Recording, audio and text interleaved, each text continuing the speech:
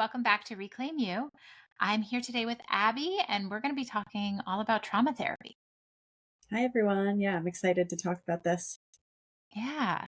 So, we are talking about how trauma therapy can help and maybe some different types of trauma therapy for adult children of alcoholics and also just anyone who's experienced complex trauma. That's kind of the lens that we're looking through today.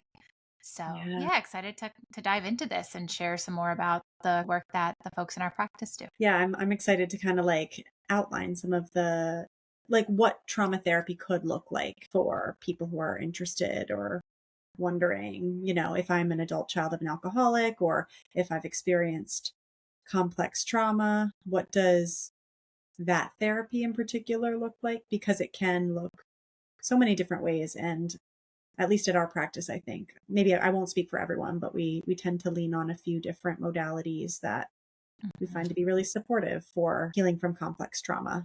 So, Yeah. yeah. Yeah. And I'll link to the last episode that we did about trauma and complex trauma and how trauma therapy might help. So I'll link to that so whoever's listening can listen to that as well, because that was a really great episode that Abby really broke a lot of things down. But yeah, let's just talk about trauma therapy in general. How would you define trauma therapy? Yeah. Yeah. So I remember in grad school learning about trauma therapy being divided up into three main stages. And I feel like that's sort of the way I conceptualize trauma therapy to this day because it's just a really helpful framework, at least in my mind. Trauma therapy, first and foremost, is heavily reliant on the therapeutic relationship. So before anything, we really prioritize building a strong relationship with the people that we work with, because ultimately, if we're going to dive into some really challenging stuff, AKA trauma, it's not always possible to do that when you don't feel super safe in a relationship. So Mhm. that being sort of the foundation of all trauma therapy, in my mind, the relationship. And then the three sort of stages, prongs, and again, they may not be perfectly linear, but the way that I think of trauma therapy is the first step is really developing that safety. So again, building a relationship, developing safety, maybe we talking through stuff that's going on in your life while also building a toolkit of tools to create a stronger sense of safety and stabilization day to day. And that can take as long as it needs to take. Mhm. So it's not that one session goes by and it's like, got it, got all my tools in my toolbox and I'm ready to move. Sometimes, more often than not, I would say we are developing safety and stabilization throughout a therapy relationship and process, always revisiting it. So that being sort of the first stage, if you will. And then, once we both as therapist, client feel like, okay, there's enough safety and stabilization and our relationship is strong enough to kind of move into that some of that trauma material. That's when we move into like that stage two of processing some of the trauma in a very individualized, gradual way. So it's not that we just rip the band-aid off and go straight there. We talk about it, we plan for it, and we go slow. And then the last stage, again, we're kind of weaving in and out of these all the time, is sort of integrating that work into daily life. So from that reprocessing of past trauma, how are we kind of weaving in some of that new insight, learning, healing work into our day to day life? So, yeah, kind of a long way of talking about trauma treatment. Is there anything you'd add, Sarah? Yeah, that was really wonderful. I was just thinking as you were talking about, I think I say this on most consult calls that I do. I talk to most people who are coming into the practice talking about why we are a trauma focused practice. And this goes in alignment with what you were sharing about, having a safe relationship and then moving into reprocessing and stabilization, all of those things that we really look at the body as a means of healing. So, as eating disorder therapists and body image therapists, you know, we have to include the body in that treatment. And the body is so imperative in trauma treatment because the way that trauma is stored in the brain is only accessed through the body. It's not accessed through cognition, right? It's not accessed through words. And lots of popular therapies like CBT, the behavioral therapies, right? They rely heavily on cognition. And we in our practice, we access trauma through the body, which is the way the body can process trauma. So all of that to say, that's all I have to add. Yeah. Yeah. Yeah. I'm picturing, again, there's like those 3 stages in my mind of trauma therapy: safety stabilization, number 1, number 2, processing the trauma, number 3, integrating into life. I can only picture a pyramid here. And then the foundation of the pyramid is the relationship and like the body. So the The body. relationship between client and therapist, and your relationship sort of not only with your body, but sort of how the body is showing up in the Yeah. work and how the body has stored trauma over time. So right alongside the therapy relationship, the body is such a foundational piece of trauma work. Absolutely. Which I feel like can lead us into maybe part of this conversation about polyvagal theory, which I can link to a blog that Abby just wrote about that. But and what it is like the nervous system, right? The nervous system, the body, nervous system is part of the body, right? It's all connected. And trauma therapy relies heavily on like leaning into the nervous system and understanding the nervous system. So maybe it would be helpful to kind of break that down a little bit. Yeah. Yeah. So breaking down polyvagal theory a little bit more, Yeah. done that type of work. Yeah. Mhm. Because then all the other trauma therapies kind of like follow suit. Yeah. So when thinking about the nervous system, which a lot of people are talking about the nervous system these days, which is great. And Awesome. also, we were just talking about it earlier, like there's this notion of hacking the nervous system, how to hack your nervous system into feeling better. Mm-hmm. And that's really complicated because there may not be a quick fix hack to feeling better or healing from complex trauma. But, the talk of the nervous system is important because it does highlight just how at the core of everything our nervous system is reacting to past experiences, present experience, et cetera, et cetera. So I guess to break it down, polyvagal theory was developed by Stephen Porges. He Mm-hmm. developed this theory of the nervous system that was then broken down into like more easily understandable terms by this clinician, Deb Dana. Mm-hmm. And I really love her work because it helps me understand the more Understand. sciencey Yeah. lingo of the nervous Yeah. system, because it can get really sciencey, which Very I love, but sciencey. it's also confusing. So Yes. I guess I'll just like try to share from my own brain what our nervous system Mm-hmm. is kind of composed of Mm-hmm. in the like broadest terms ever. These won't be super sciencey terms Mm-hmm. today. Our nervous system is kind of broken up, and it's certainly not broken up, but it's like broken up in my mind into 3 sort of mechanisms Mm-hmm. or parts, even Branches. Yeah. branches. That's a much better term. And the branch of the nervous system that's involved in trauma is the autonomic nervous system, which we can then break down further into the sympathetic nervous system and the parasympathetic nervous system. And we'll link to the blog that kind of gives more imagery to this because I find it helpful to view it visually when Yeah. thinking about the nervous system. But maybe we'll start with just like when you're in a state of calm, when you're in a state of ease and everything's going relatively well. And even if things aren't going really well, but you're feeling like you can breathe in, breathe out, and manage the present stressors with relative ease, you're in a state of ventral vagal activation, which Mm-hmm. is a fancy word for just you're in your window of tolerance. You're Mm-hmm. in your You're your chilling. you're chilling. You're finding it much easier to regulate even if Mm-hmm. things go awry. And that is a felt sense in the body. Like you can literally digest food easier. You can breathe more deeply. Your thoughts are clear. You're communicating what's on your heart and mind. And then life happens, or you are moving about your day and you might experience something that perhaps implicitly, not consciously, resembles something from your past that was very traumatic or just difficult in general. And that might send you out of your window of tolerance, that ventral vagal activation where you were just chilling. So when that happens, we either sort of bounce up into a state of fight flight energy. We've talked about this on a previous podcast too, with lots of animals. And then sometimes you get bumped sort of down into what's called dorsal vagal activation, where there's that collapse that you might feel fatigued when you're in that place, dissociated, disconnected, can't quite think clearly, opposition to fight flight. That is sort of that submit response that we've talked about before, Like clumped. immobilization, Yeah. fawn, lots of fancy terms for when you're popped out of that chill place because of trauma triggers, whether they're conscious or not.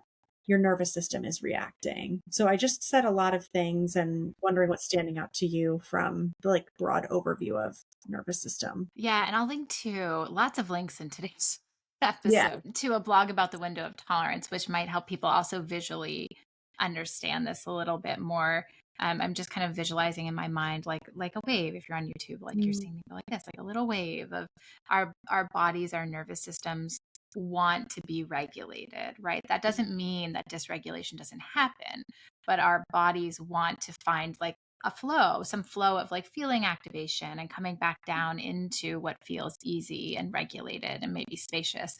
And then maybe some dips down into immobilization, but like coming back up into feeling tolerant of the present day stuff going on and finding some regulation again. So our nervous systems want to do this, right? But what gets in the way is often trauma or events that happens in our that keep us like stuck in a state of activation. So it doesn't have a chance to come back down into that place of regulation. So when we were talking about trauma therapy just a few minutes ago, this is the point, is to help people reprocess events so that their bodies and their nervous systems can find that ease and flow in, getting activation and coming back down into like deactivation and some just stability there, and like a little wave, like I'm doing with my hand, which you can't see if you're listening, but up and down and up and down, and even like spiking up and then coming back down into, oh, okay, I'm safe, things are okay. So that feels like the importance of learning about polyvagal theory, is that there's a reason behind all of this, a very sciencey reason behind all of this. And that's how we base our treatment, is understanding and kind of conceptualizing the nervous system in that way and what's happening and why it's happening, in a body way, maybe not a cognitive way. Yeah. And I love what you said around like that's really the point of trauma therapy is it's not that our nervous systems will be perfectly regulated all the time. They're not meant to be. Like Right. they are designed to fluctuate or move up and down that ladder really for a reason. If we Yeah. didn't experience sympathetic activation, we wouldn't be able to protect ourselves in the face of real threat. If we didn't experience sympathetic activation, we wouldn't be able to do the things we want to do in life. Like there's actually Right. like some components of that activation that are really helpful. It's Yeah. all helpful, but we're never going to be perfectly regulated. I think trauma therapy is very much about getting more in tune and aware of really what it feels like in our bodies to move into those different spaces, sympathetic, so hyperarousal, hypoarousal, ventral vagal chill space. Chilling. Yeah, chillin', to know, okay, I'm here now. And what do I know about being here? Mm-hmm. And what do I know about like the environment and space that I'm Yeah. in the present moment, so that I Mm-hmm. can really recognize like, is there a real threat here? Is there a real danger Mm-hmm. here? Or is my nervous system reacting because of my past? And that discernment, or that ability to kind of differentiate, takes a lot of practice and Mm-hmm. processing, and is often done in the safety of a therapeutic relationship. So yeah, that Mm-hmm. that feels just important to say too. Absolutely. Absolutely. And so in even, talking about all of this, what feels natural to talk about is the different types of trauma therapy that we often maybe use in our work, just with the, I guess, with the baseline of what we just shared about the nervous system and including the body in the treatment of trauma. But yeah, what do you lean on? What are your go-tos? Because I know actually they're the same as mine. So what are your go-tos? You're like, what are your go-tos? Yeah, they're mine too. And exactly. Because I Yeah. know. Yeah, our practice does focus on a lot of the same things for a reason. So I tend to lean on, if I think a lot about the work that I do with clients, I tend to lean most heavily on principles from EMDR, eye movement desensitization therapy, and I can talk a little bit more about that. Principles from ego state work. So, a version of ego state work is commonly known as internal family systems. Those blend really well together in a lot of ways. And what I like about those two modalities are that the body and the nervous system are just so naturally incorporated into those trauma therapy models. So, yeah, would it be helpful to kind of like talk through what those are? Yeah, let's give a bird's eye view. Yeah, so EMDR is a type of trauma therapy that really hones in on those three prongs of trauma therapy that I had talked about before, developing stability and stabilization. A big part of EMDR, eye movement desensitization, reprocessing therapy, which is a mouthful. So Mhm. much of that work is spent in what's called resourcing. So we're developing a lot of internal and external resources to feel that sense of safety and stabilization. And then we move into, again, like that stage two of processing the trauma. And there's a specific way EMDR goes about reprocessing past trauma, and it's through the use of what's called bilateral stimulation. So, bilateral stimulation could be bilateral eye movements, moving your eyes back and forth, left to right. Could be tapping, alternative tapping. We could use sound. So there's many different forms of bilateral stimulation. The reason that EMDR uses that to reprocess trauma is the research believes that it's meant to sort of mimic what's happening in REM sleep.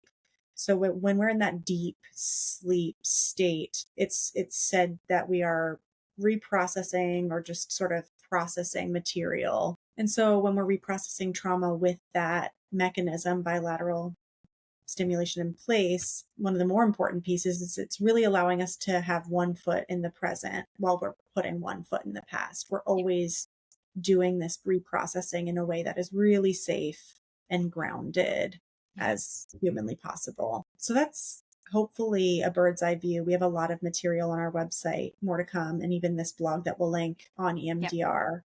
Anything you'd add about EMDR for especially like Yeah. complex trauma, I Yeah, guess? and I think I share this in, like I said earlier, with most people that I talk to on the phone about EMDR with our practice in particular, because we do work with folks who have experienced a lot of trauma, so complex trauma. I tell people that we do this for a reason, that we really like to spend a lot of time in the beginning phases of EMDR therapy. So, in getting a really solid history of where people are coming from, what they've gone through, even if it's just headlines, right? Like, we want to know the base of where your symptoms started. So, if we look at that from the nervous system perspective, it's like, what happened to you and how did your nervous system adapt so that you could survive in the world? Mm. So, our job is to really like gather this information in a way that feels, slow and safe enough that we can conceptualize with you to understand like where we're going and why we're going there. It's not just willy-nilly, we're going to choose this memory and blow through it and you're going to be fine, right? We want to be really strategic about what we're doing. So all of that to say, we spend a lot of time, getting a history, building a relationship, really focusing on that resourcing phase of therapy where you have lots of tools to navigate your nervous system so that when you feel like a trauma trigger or you're experiencing a trauma response, you have tools to come back to the here and now, to some like corner or glimmer of safety, to really work alongside your nervous system to feel more regulation, because we know Mm. that when people are reprocessing trauma, there's likely going to be some sort of activation that's there. We want to make sure people are really well equipped to, come back to a place that feels okay. Yeah, which feels like a perfect segue into what is parts work, Hmm. ego state work, internal family systems work, Yeah. because at least for myself, I use a lot of that as preparation or Hmm. resourcing before we would ever move into something like reprocessing trauma with Yeah. EMDR. Yeah. And so parts work really is just this idea that we all have many different parts of self. The best movie that represents this is Inside Out, which I haven't Hmm. seen the second one. I need to see the Oh, second you got to see one. it. It's great. Yeah, it's great. Okay, which I just feel like it's such a good illustration of the just different parts of self. And Hmm. that movie only shows so many parts of that character's self. There's like so much more. I find it to be a really helpful resourcing modality. Like it's a modality that allows us to get to know our internal system. Who are the different parts of me? Yeah. Why are they here? They're here to protect me in some way.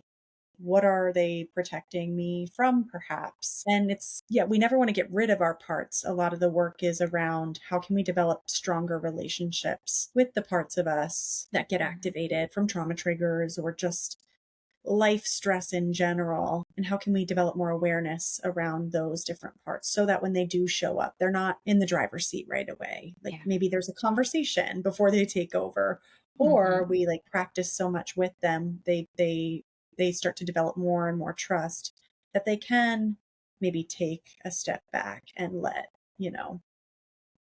us be in the lead. So Yeah. all to say, as you were talking about our practice spending a lot of time in stabilization and preparation, that's one modality that I really like to use Yeah. before moving into that Yeah. processing. And I think something that we've talked a lot about in previous episodes, just to kind of, I guess, give a maybe a real time example, is like people pleasing. So, like this people pleasing of me, the people pleaser comes out quite easily, right? So, in my own work, it's been working on acknowledging when that part has kind of stepped forward and understanding and giving a lot of compassion and grace to myself so that I can make a more value driven decision in the moment. And it's not just all about what feels like sometimes, life or death around, you know, taking care of other people and not myself. Yeah, and you just sparked within me just this thought of a lot of the times when people say things like, I know what I want to change. I know that I don't want to react in this way or people please in this way. I know it's Hmm. a tendency of mine, but I can't seem to stop it. That's where I find this sort of combination of modalities Hmm. to be really helpful.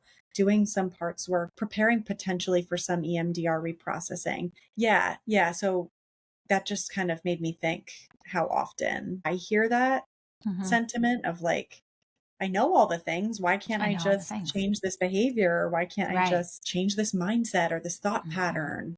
And Hmm. there's likely really good reason why it's not budging as quickly as you want it to, because awareness Yeah. is wonderful and it only goes so far. Then the nervous system comes in, or these parts of us come in to really protect because something else is Hmm. just stuck.